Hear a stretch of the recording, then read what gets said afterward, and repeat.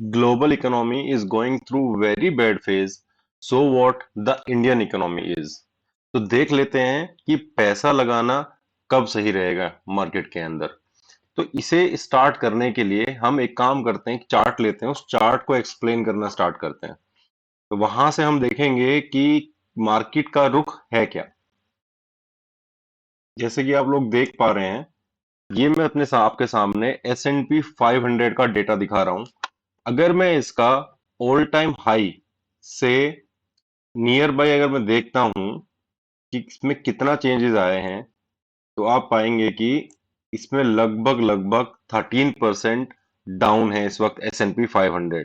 ये यूएस का इंडेक्स है और यूएस के इंडेक्स को इंडियन इंडेक्स हमेशा मिमिक करता है। क्योंकि यूएस का जो एफआईआई जो है, सब मैक्सिमम जो यहाँ इन्वेस्टेड है वो सब यूएस से ही है। तो ज्यादातर जो इंडेक्स हैं यूएस के, वो सब इंडियन मार्केट मिमिक करती है। अब इन सेम वे हम लोग अगर देखें, इंडियन इंडेक्स निफ्टी 50, ये अगर अपने ऑल टाइम हाई से हम इसको देखते हैं, तो ये अभी डाउन है लगभग 6.58%। तो मेरा अनुमान ये है कि इन नियर टर्म 6 से 7% का करेक्शन होने वाला है मार्केट के अंदर। और ये 6 से 7% का करेक्शन, इसका मतलब ये नहीं है कि कल ही हो जाएगा, ऐसा कोई अश्योरेंस है नहीं, लेकिन ये होगा जरूर। अब इसमें एक चीज देख लेते हैं कि ये डाउन था क्यों, इतना डाउन क्यों चला गया S&P 500। देखो, S&P 500 डाउन जाने का मेन कारण है फेड की मीटिंग।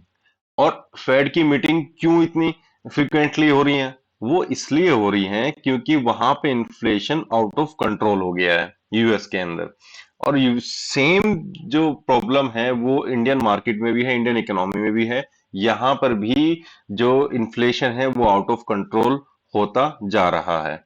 यूएस में जो फेड ने अभी अनाउंस किया है यूएस इन्फ्लेशन को कर्व करने के लिए, उन्होंने एक रीसेंट मतलब फर्स्ट वीक ऑफ मई इसमें एक मीटिंग अरेंज की है फेड की। और वहां पर एक्सपेक्टेशन ये है कि शार्प इंटरेस्ट रेट हाइक होने वाले हैं।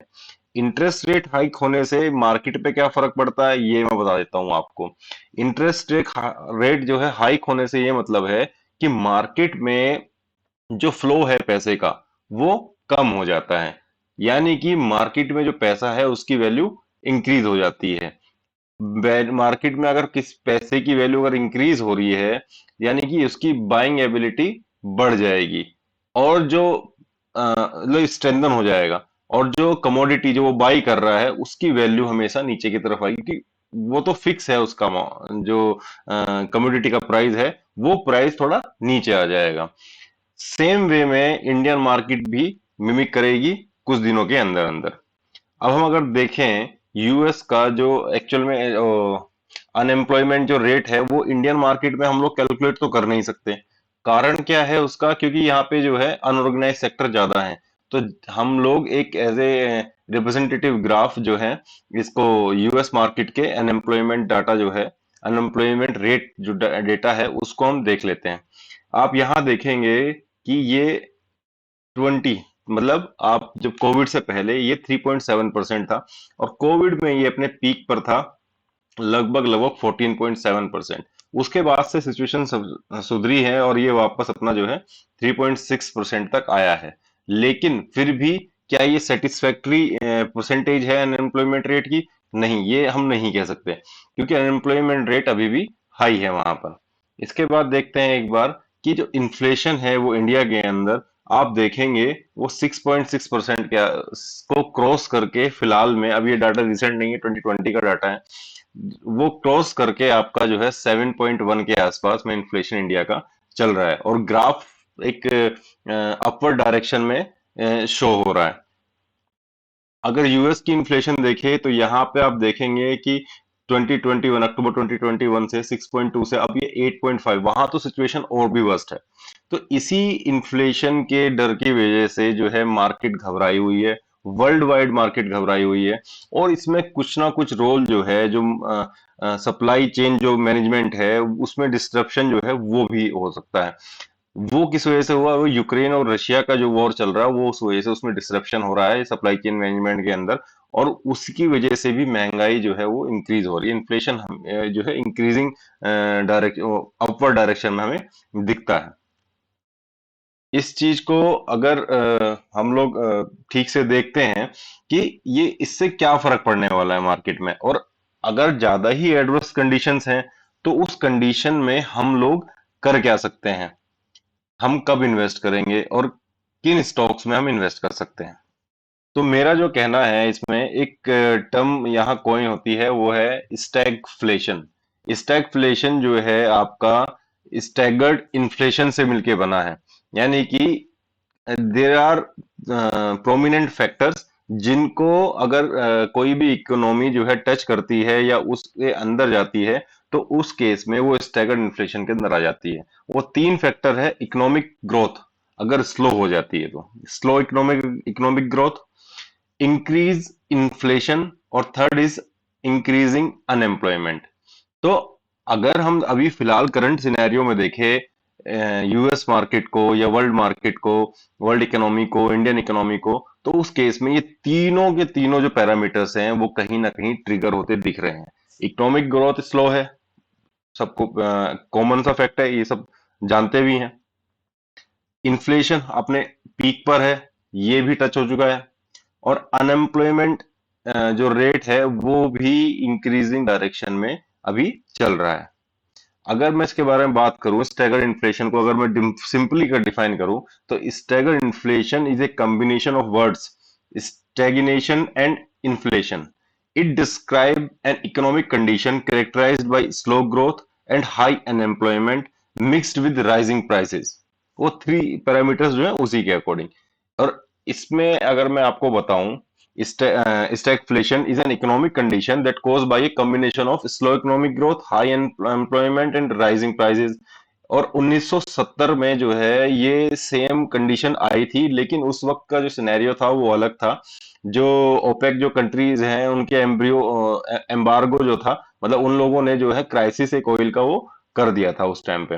लेकिन कंसर्न जो है इसका कोविड 19 के वजह से ज्यादा बढ़ गया था, क्योंकि वहां पे इकोनॉमिक ग्रोथ जो है वो बहुत ज्यादा स्लो हो गई थी। अब एक क्वेश्चन इसमें हमारा आता है कि हम लोग अब क्या कर सकते हैं और इससे आगे क्या हो सकता है।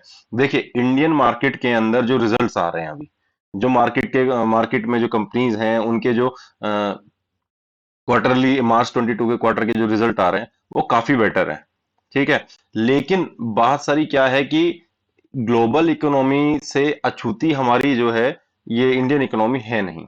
तो अगर यूएस मार्केट के अंदर कुछ उतार चढ़ाव आते हैं तो वो कहीं ना कहीं ट्रिगर एक हमारी मार्केट के लिए भी होता है। अभी एसजीएक्स निफ्टी जो है वो 190 पॉइंट नीचे जो है ओपनिंग दिखा रहा है कल मार्केट की। लेकिन आने वाले हफ्ते के अंदर जब तक वो Fed meeting first week of May में अगर नहीं हो जाती है, तो उस जब तक हम लोगों को थोड़ा डर रहेगा मार्केट में, और मार्केट 6% के आसपास तक करेक्ट हो सकता है। तो ये सब कुछ अभी नियर फ्यूचर का समझ में आ रहा है मुझे। अब हम करें क्या? तो मेरा सीधा सा कहना इतना है कि जो 1970 में जो स्टैगफ्लेशन आया था वो करीब करीब दो डेकेड्स तक रहा था। यानी कि करीब 1990 के पास में वर्ल्ड मार्केट ने ग्रोथ दिखानी शुरू करी थी। लेकिन फिलहाल जो है इस साल साइडवेज मार्केट होने वाली है। मैं हर वीडियो में मैं बता रहा हूँ इस बात को। साइडवेज मार्केट का मतलब है एक लोअर लिमिट जो है 15,800 और अपर लिमिट 18,200 के बीच में ही कहीं ना कहीं मार्केट जो है मूव करेगा। और इस अभी फिलहाल में जो अगर 6% का करेक्शन इंडियन मार्केट में आता है, तो निफ्टी 50 16,000 के आसपास तक टच करने वाला है।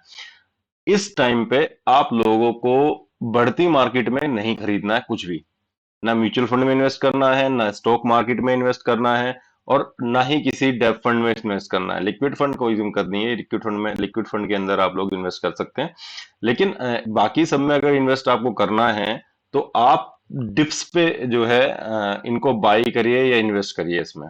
डिप्स पे बाई करने का आपको फायदा रहेगा काफी ज्यादा। अभी 16,000 के आसपास मार्केट जो है पहुंच सकता है, और वहां आप जो है जो थोड़ा बहुत जो बचा हुआ लमसम आप लगाना चाहते हैं, उसका 10 से 15% 15% के आसपास, 15 से 20% ले लीजिए, 15 से 20% आप इन्वेस्ट कर सकते हैं। नेक्स्ट ट्रिगर इसका दोबारा से जब तक, क्योंकि फेड रेगुलर रेट हाइक्स की बात कर रहा है, तो नेक्स्ट रेट हाइक के टाइम पे ये मार्केट अगर फिर से 16,000 को टच करती है, तो अपना नेक्स्ट जो आपका इन्वेस्टमेंट है वो आप कर सकते हैं एज ए लमसम, या फिर आप अपना सिप जो है वो कंटिन्यू रखिए। सिप ही आपको इस वक्त फायदा दे सकता है। और रही बात स्टॉक मार्केट की, स्टॉक मार्केट में जो स्टॉक्स हैं, जो शेयर्स आप बाई करना चाहते हैं किसी कंपनी के, तो आप एक चीज याद रखिएगा कि वो अंडर वैल्यू स्टॉक्स पे आप ध्यान दें। दूसरी चीज, आप जो फंडामेंटल स्ट्रॉन्ग कंपनी है, सिर्फ उनको आप परचेज करने की कोशिश करें। इस एक चीज और आप ये समझ लीजिए कि जो पेनी स्टॉक्स की तरफ आप लोग जा रहे हैं, ये मार्केट पेनी स्टॉक्स खरीदने का है नहीं। हाँ, 16,000 टच होने के बाद में अगर कोई पेनी स्टॉक आपको समझ में आ रहा है तो आप उसमें इन्वेस्ट कर सकते हैं, लेकिन उसमें रिस्क बहुत ज्यादा होगा। 10% से ज्यादा का रिटर्न एक्सपेक्ट ना करें। जैसे ही 10% छुए, आप उस वहां से निकल जाए, अपनी जो ओपन पोजीशन से सारी क्लोज कर दें आप। ठीक है, आज के लिए काफी हुआ, और thank you so much for attending the session. Bye bye.